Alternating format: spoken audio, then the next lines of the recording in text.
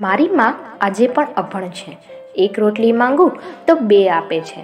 ગમે તેવી પરિસ્થિતિ બદલાય પણ જેનો વાલ ના બદલાય એ છે માં. જ્યારે આખી દુનિયા તર છોડે ત્યારે માં જ હાથ પકડે છે. સમયની એક એક સેકન્ડમાં મને કોઈ જો યાદ આવતું હોય તો એ છે માં. દવા કામ ના આવી તો નજર ઉતારે છે. માં છે સાહેબ, હાર ક્યાં માને છે. પગ નથી છતાં પણ જગ બતાવવા નીકળી છે. માં જાણે કે મમતાની હદ વટાવવા નીકળી છે. મંદિરમાં બેઠેલી માં આપોઆપ ખુશ થઈ જશે. જ્યારે ઘરમાં બેઠેલી માને ખુશ રાખો સાહેબ.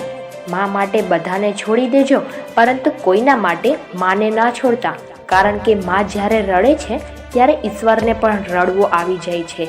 એક માં જ છે જે તમને જીવન આપે છે અને જીવવાનું શીખવે છે.